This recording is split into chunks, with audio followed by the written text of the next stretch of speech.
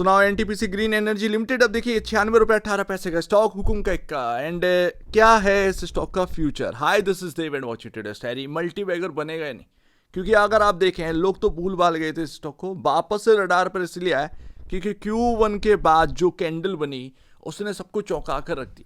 And अगर आपके portfolio में है तो यहाँ पर रिव्यू करना बहुत ज़रूरी है, क्योंकि अगर आप रखे हुए हैं तो पता होना चाहिए कि पोटेंशियल कितना है इस स्टॉक के अंदर। एंड अगर आप एक खरीदार हैं तो आपको क्या ये खरीदना चाहिए। तो अभी अगर आप देखोगे तो चार्ट पर साफ साफ दिख रहा है 156 का हाई, 2024 में लिस्टिंग लास्ट के मूवमेंट पर। एंड यहां पर हमारे सामने वो हाई दोबारा लगता हुआ नजर नहीं आया, एक कंसोलिडेशन रेंज में चलता हुआ नजर आ रहा है। एंड सबका एक ही सवाल है, ये ऑल टाइम हाई कब जाएगा। बिकॉज ऑफ आईपीओ के बाद तुरंत ही एक हाई लगा 156 का, एंड उसके बाद फिर गिरता ही चला के, एंड वापस से हमें वो हाई दिखा नहीं।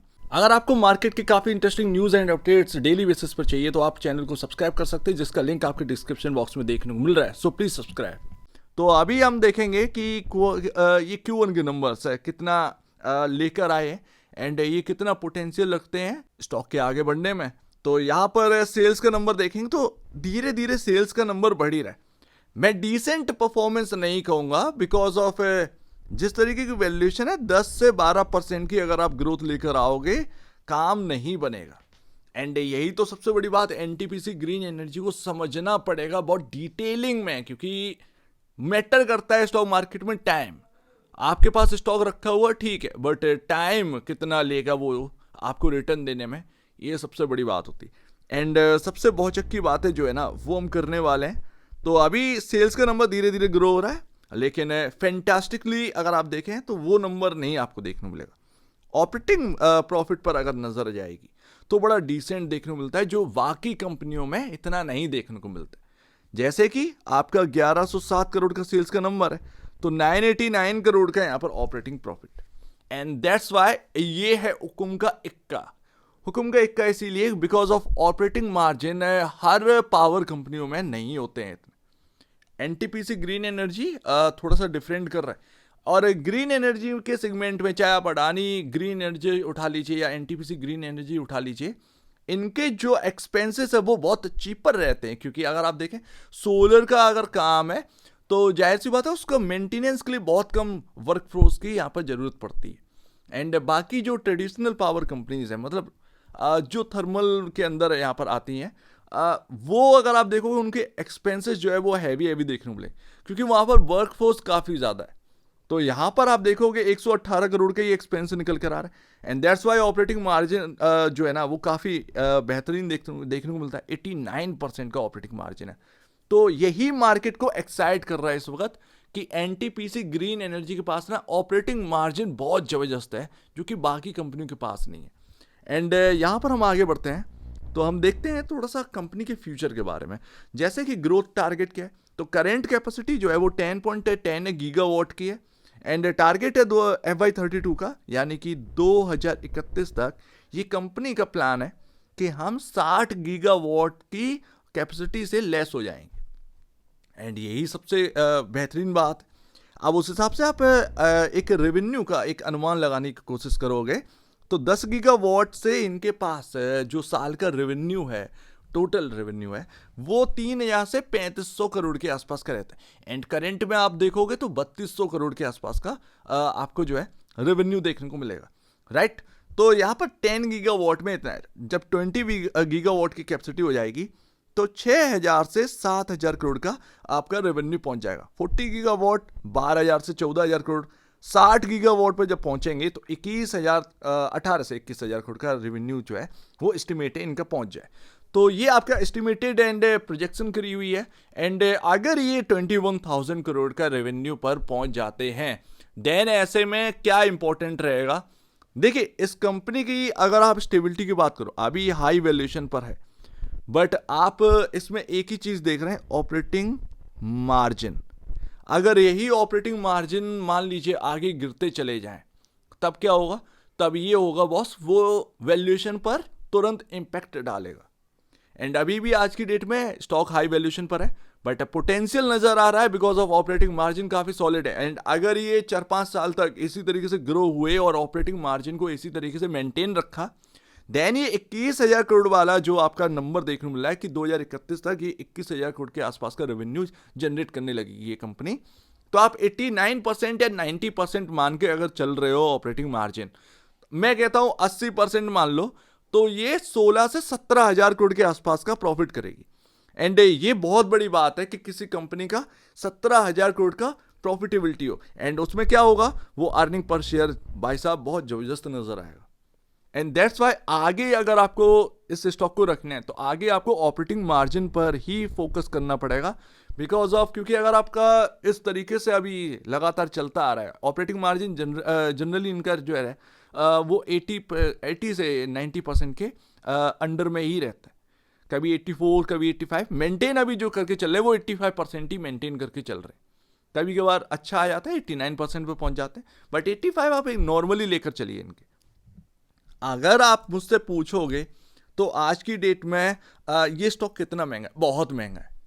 मतलब सेल्स टू, अगर आप मार्केट कैप को देखोगे तो आपको जो सेल्स है वो उससे 20 से 25 गुना ऊपर आपको वैल्यूएशन देखने को मिल रही है, जो कि बहुत बहुत ज्यादा है। मतलब मेरे लिए कमाने की जगह नहीं है, ये साफ साफ मुझे नजर आ रहा है।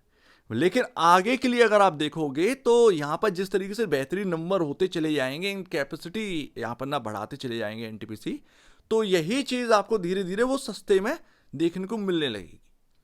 ये इसीलिए मार्केट जो है इनको वैल्यूएशन प्रोवाइड जो है वो करवा रहा है। अभी अगर आप देखोगे तो यहां पर आगे चलकर टाइमली एग्जीक्यूशन ऑफ प्रोजेक्ट्स ये काफी मैटर करते हैं। स्टेबल रिन्यूएबल पावर टैरिफ्स, भाई सिंपल सी बात है, अगले 2021-31 तक है आपके पावर टैरिफ्स में क्या उछाल आती है, क्या गिरावट आती है, ये काफी मैटर करता है। एंड उसी हिसाब से रेवेन्यू फिर यहाँ पर होगा। एंड यहाँ पर कंट्रोल्ड डेप्ट एंड फाइनेंसिंग कॉस्ट, ये काफी मैटर करती है। बट सबसे बड़ी बात कि पॉलिसी सपोर्ट जो है वो कंटिन्यू बना रहे गवर्नमेंट का, ये बहुत इंपॉर्टेंट है बॉस। एंड यहां पर आप देखोगे तो प्रमोटर होल्डिंग वो 89% यहां पर रखे हुए, एंड ये काफी इंपॉर्टेंट है। अगर इतना होल्डिंग ना हो ना तो ये स्टॉक को इधर उधर होने में समय नहीं लगेगा, ये समझो। FIIs बहुत लो हैं इसमें 1.67%, DIIs यहां पर ना 5.21% बिकॉज ऑफ DIIs ऐसी कंपनियों की तरफ जरूर यहां पर ना आगे बढ़ते हैं जहां पर पोटेंशियल देखने को मिल रहा है। बढ़ते FIIs भी हैं बट DIIs थोड़ा सा स्टेबिलिटी देखते हैं। बट मैं कह तो रहा हूं कि जिस तरीके से आपको पोटेंशियल दिख रहा है ना, उतना ही यहाँ पर ना खतरनाक सिनेरियो भी है कि अगर मान लो आपका जो टैरिफ्स हैं और उनमें गिरावट आ जाए तब क्या होगा। तो ये थोड़े से रिस्क बने रहते हैं। बट यहाँ पर ऑपरेटिंग मार्जिन जब तक यहाँ पर ना जिस तरीके से स्टेडी बने रहेंगे, इस स्टॉक को उसका बल मिलता रहेगा। सिंपल सी बात, 82,637 करोड़ का मार्केट कैप, ये 25 गुना के आसपास आपका रेवेन्यू तो आप ये लेके चल लो। तो वैल्यूएशन बहुत हैवी देखने को मिल रही है, बट कंपनी के आगे का विजन और 2031 बहुत दूर की बात नहीं है। मतलब धीरे धीरे आपका रेवेन्यू और आपका प्रॉफिटेबिलिटी जो है वो बेहतर होती ही चली जाएगी, राइट।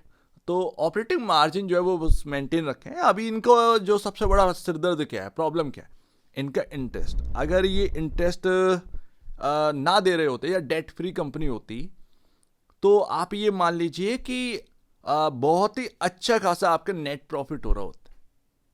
और डेप्रिसिएशन भी बहुत कर रही है कंपनी, तो कंपनी को कुछ ना कुछ तो यहाँ पर ना थोड़ा सा सही करना पड़ेगा जिसकी वजह से आपका नेट प्रॉफिट भी बढ़ता हुआ नजर आए, क्योंकि अर्निंग पर शेयर तो भाई वही बढ़ेगा ना, ठीक है ना। और तभी तो आपका जो पी रेशियो 136.15 का जो 25.53 के अगेंस्ट है वो थोड़ा सा सही होता हुआ नजर आए। क्योंकि इतना हैवी वैल्यूएशन भाई, एज अ इन्वेस्टर मैं अगर 5 साल की बात करूं, बाकी पावर कंपनियां हैं मेरे पास, ठीक है ना, मैं उधर की तरफ भी शिफ्ट हो सकता हूं। तो वो सबसे इंपॉर्टेंट बात आ जाती है। 4.36 टाइम यहाँ पर प्राइस टू बुक वैल्यू है। तो यहाँ पर ना कंपनी को कहीं ना कहीं देखना पड़ेगा कि मैं डेप्रिसिएशन में ऐसा क्या करूं, मैं इंटरेस्ट को लेकर ऐसा क्या करूं, ये बहुत मैटर करेगा आगे। मतलब जो है आप ये समझिए कि ये आपका अगर थोड़ा सा भी इनका स्टेप इधर से उधर अगर हो गया तो वो स्टॉक पर बहुत हावी होगा, क्योंकि आप चल रहे हो एक तो हाई वैल्यूएशन, आपसे कुछ भी इधर उधर का बर्दाश्त नहीं किया जा सकता। ये बात मान लीजिए। अच्छा, वो कौन सी रेंज होगी, वो कौन सा प्राइस होगा जिसकी वजह से अगर वो टूट जाए तो फिर मेरे स्टॉक के अंदर तेजी आई। पहले तो 120, बट 120 तब पहुंचेंगे जब हम 105 और 111.46 की रेंज जो है ना इसको क्रॉस करेंगे। एक बार इस रेंज के ऊपर टक गए ना तो फिर 120 और 120 से ऊपर टिक गए, देन एक ब्लू स्काई सा ओपन हो जाएगा आपका ऑल टाइम हाई तक के लिए। तो ये काफ़ी इंपॉर्टेंट बात है। यहाँ पर आप और चार्ट में थोड़ा सा देखेंगे, थोड़ा सा और जो सपोर्टिंग की बात करेंगे तो सबसे पहले तो 82 का लेवल काफ़ी इंपॉर्टेंट है। एंड अभी जिस जगह पर है वो 90 रुपी का लेवल बहुत बहुत बहुत इंपॉर्टेंट है करंट में, बट 82 फॉर लॉन्गर टर्म, क्योंकि 82 के नीचे का मतलब यहाँ पर फ्रेश न्यू लो का होना है, ये ध्यान रखिएगा। इससे नीचे का लो है नहीं है इस स्टॉक के अंदर। 82 टूटा यानी कि वो बेस टूट गया जो आप बनाए हुए थे 2025 से 2026 में भी कंटिन्यू कर रहे हो। एंड जो मूविंग एवरेज है वो कहाँ पर है, तो मूविंग एवरेज बॉस बता रहा है साफ साफ कि मूविंग एवरेज जो है वो 97 से 100 रुपए के बीच में आपका 3 मूविंग एवरेज पड़ रहे हैं, जो कि 100 डेमा, 200 डेमा और 50 डेमा। एक बार 100 के ऊपर निकले तो मूविंग एवरेज के हिसाब से आप बहुत प्लस पॉइंट में आ जाओगे एंड मूविंग एवरेज आपको सपोर्ट करने लगेंगे। तो इतना आसान नहीं है 100 के ऊपर निकलना, बट एक बार अगर क्लोजिंग मिल गई ना तो फिर कहीं ना कहीं मूविंग एवरेज आपको सपोर्ट करने लगेंगे, ये बात ध्यान रखिएगा। तो लेट्स सी शॉर्ट टर्म में आपका देखिए 90 ये काफ़ी इंपॉर्टेंट है, बट लॉन्गर टर्म यहाँ पर जब तक 82 आपके चार्ट पर बना हुआ है तब तक कोई दिक्कत की बात नहीं। तो फ्यूचर आपके बारे में थोड़ा सा मैंने बता दिया है, एनटीपीसी के बारे में, उनका रेवेन्यू प्रोजेक्शन करके उनका जो विज़न है 60 गीगावाट का पहुंचने का, वो कंपनी अगर बहुत जल्दी पहुंच गई तो बहुत बड़ी अचीवमेंट होगी, जाहिर सी बात है। बट इनके सबसे इंपॉर्टेंट पार्ट जो है ना वो है ऑपरेटिंग मार्जिन, ये मेंटेन रहे। और अगर यहाँ पर स्टेप थोड़े से डगमगा गए ना तो बहुत चोट लगने का संभावना है। तो कुछ रिस्क हैं जो कि आपके साथ लगातार बने रहेंगे बिकॉज ऑफ हाई वैल्यूएशन, क्योंकि 25 गुना ऑलरेडी हाई पर चल रहा है अपने सेल्स से। तो यहाँ पर ना नंबर्स अच्छे आना और ऑपरेटिंग मार्जिन का स्टेबल रहना, जिस जगह पर है उधर ही रहे, क्योंकि 85% पर अगर आपका ऑपरेटिंग मार्जिन तो इससे ज़्यादा आप और क्या ही चाहिए, राइट। एंड धीरे धीरे जिस तरीके से नेट प्रॉफिट की जो एक वैल्यू है वो बढ़ने लगेगी, तो आप ध्यान रखिएगा वो अर्निंग पर शेयर भी इंच अप होने लगा। एंड एक बार अर्निंग पर शेयर इंच अप होने लगा तो यानी कि पी रेशियो में कंफर्ट आने लगेगा। तो ये पूरी कहानी है एनटीपीसी की, 2031 तक का विजन है एनटीपीसी का। एंड ऐसे में अब आपके ऊपर चॉइस है कि आपको ये रखना चाहिए या नहीं, क्योंकि रिस्क भी पता है, रिवॉर्ड भी पता है।